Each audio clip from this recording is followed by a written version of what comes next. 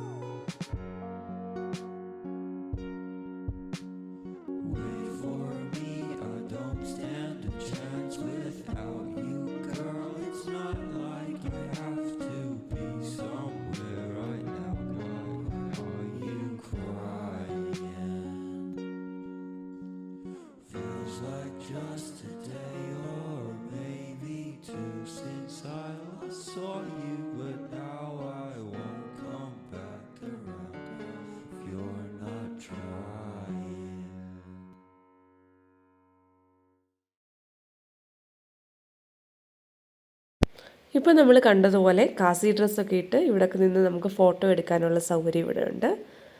ഇതാണ് ആ ഖാസി ഡ്രസ്സ് ഇടുന്ന സ്ഥലം. ഇവിടെ നമുക്ക് കയറി നമുക്ക് ഡ്രസ്സൊക്കെ ഇടിയിപ്പിച്ച് തരും. നമ്മൾ ഇട്ടിരിക്കുന്ന ഡ്രസ്സിൻ്റെ മുകളിലേക്ക് അവരത് നമുക്ക് ഇടിയിപ്പിച്ച് തരും. എന്നിട്ട് നമുക്ക് ഇവിടെയൊക്കെ നിന്ന് ഫോട്ടോസ് എടുക്കാം. ഇവിടെയൊക്കെ ഇരിക്കാനുള്ള സ്ഥലങ്ങളും ഉണ്ട്. നമുക്കിവിടെ ഇരിക്കാനും കുറച്ച് സമയമൊക്കെ സ്പെൻഡ് ചെയ്യാനുമുള്ള അവസരമുണ്ട്.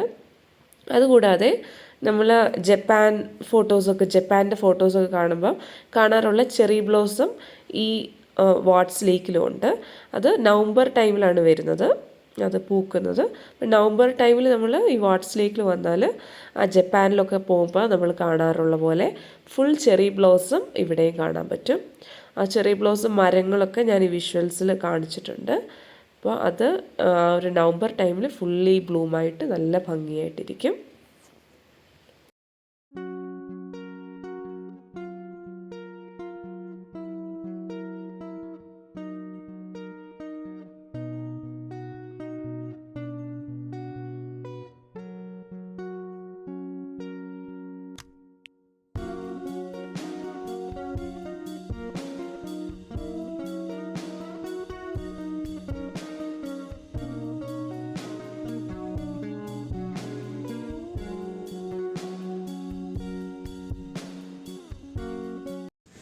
ഹലോ,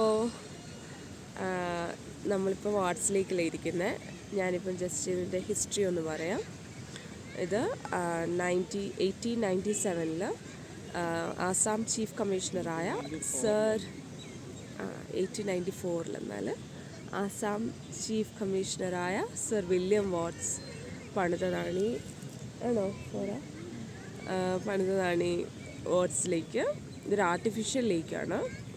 ഇത് ആ ടൈമിൽ ബ്രിട്ടീഷേഴ്സിനൊരു റിക്രിയേഷന് വേണ്ടിയിട്ട് പണിതതാണ്. പക്ഷേ ഇപ്പോൾ ഇത് വെൽ മെയിൻറ്റെയിൻഡ് ആയിട്ട് ഒരു ഷിലോങ് സിറ്റിയിലുള്ള തന്നെ ഒരു മെയിൻ ടൂറിസ്റ്റ് അട്രാക്ഷനായിട്ട് പോകുന്നുണ്ട്. ഒത്തിരി ചെടികളൊക്കെ ഉണ്ട്. ഇത് ആ ടൈമിൽ കൊൽക്കത്ത ബൊട്ടാണിക്കൽ ഗാർഡനിൽ അവർ അവിടുന്ന് ചെടികൾ കൊണ്ടുവന്ന് നട്ട് വളരെ ഭംഗിയായിട്ട് മെയിൻറ്റെയിൻ ചെയ്യുന്ന ഒരു ലേക്കാണ്. ഓക്കെ.